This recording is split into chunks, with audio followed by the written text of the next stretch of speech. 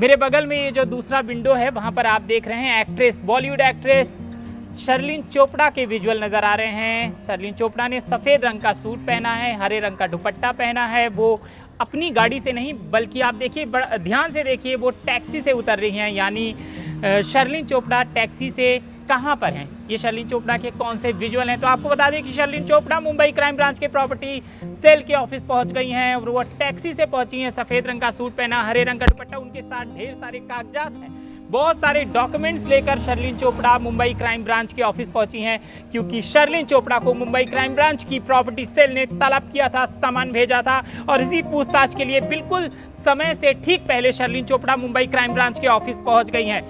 क्या कुछ है पूरा मामला, ये भी मैं आपको बताऊंगा और शर्लिन चोपड़ा से क्या कुछ पूछने वाली है मुंबई क्राइम ब्रांच।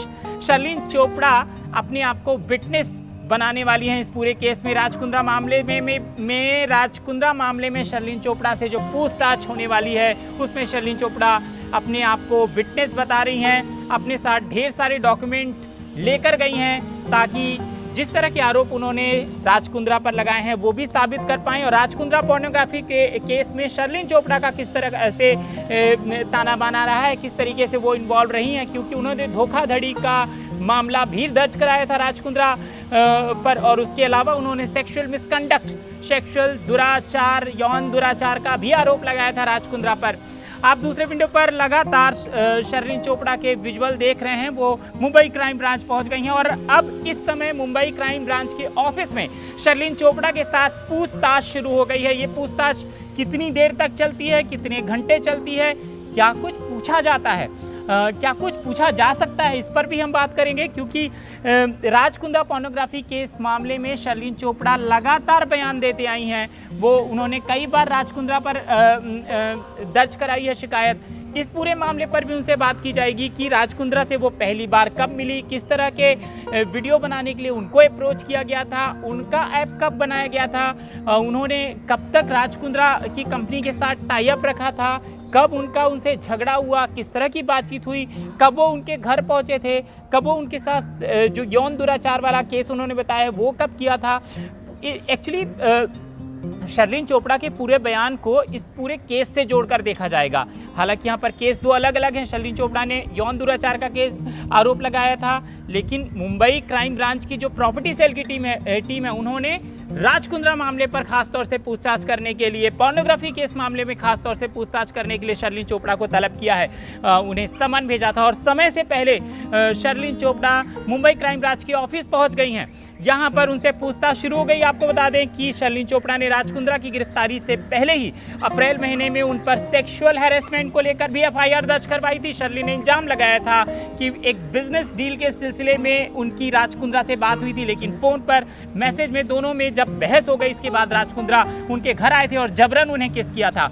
शर्लिन ने राजकुंद्रा को रोकने की कोशिश की थी क्योंकि वो डरी हुई थी। बता दें राजकुंद्रा को 19 जुलाई को मुंबई क्राइम ब्रांच ने गिरफ्तार किया।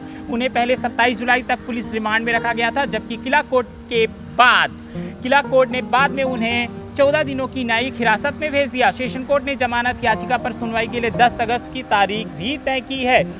और आपको बता दें कि इस समय शर्लिन चोपड़ा को मुंबई क्राइम ब्रांच के सामने वो हैं और पूछताछ चल रही है। इस पूछताछ में क्या कुछ सामने आता है, किस तरह की पूछताछ हुई है, शर्लिन क्या कुछ नया अपडेट देती हैं, क्या कुछ नई बात बताती हैं, ये सब कुछ हम आपको बताएंगे। सारे नए अपडेट्स आपको बताएंगे, क्योंकि शर्लिन चोपड़ा का इस पूरे मामले पे बयान बेहद अहम है। शर्लिन चोपड़ा इस मामले में बहुत कुछ ऐसा बता सकती हैं, कह सकती हैं, जो इस केस को एक नया मोड़, नया रुख दे सकता है। शर्लिन चोपड़ा को अगर विटनेस के तौर पर मुंबई क्राइम ब्रांच इस पूरे केस में शामिल करती है तो ये केस और भी ज़्यादा मजबूत होता है। लगातार राजकुंद्रा की मुसीबतें बढ़ती जा रही हैं, हर घंटे, हर पल, हर हफ्ते एक तरीके से राजकुंद्रा मुंबई क्राइम ब्रांच के शिकंजे में कसते जा रहे हैं। उस पूरे केस मामले में वो लगातार उलझते जा रहे हैं, क्योंकि मुंबई क्राइम ब्रांच उन्हें पुलिस रिमांड पर लगातार रख रही है, क्योंकि मुंबई पुलिस को लगता है, मुंबई क्राइम ब्रांच को लगता है कि अगर राजकुंद्रा एक बार पुलिस रिमांड से बाहर निकल गए तो उनके पास जो एविडेंस हैं, जो इलेक्ट्रॉनिक एविडेंस हैं, जो अकाउंट से रिलेटेड एविडेंस है, जो गवाही से रिलेटेड एविडेंस हैं, वो सारे एविडेंस के साथ वो फेरबदल कर सकते हैं, उन्हें छुपा सकते हैं, इस पूरे केस में फेरबदल हो सकता है अगर राज कुंद्रा बाहर गए। इसलिए मुंबई पुलिस लगातार कोर्ट से अपील कर रही है कि उन्हें पुलिस की रिमांड में ही रहने दे। अगर वो एक बार बाहर गए तो केस कहीं कमजोर ना पड़ जाए। और मुंबई पुलिस बार बार दावा कर रही है, मुंबई क्राइम ब्रांच, की उनके पास राज कुंद्रा के खिलाफ पुख्ता सबूत हैं।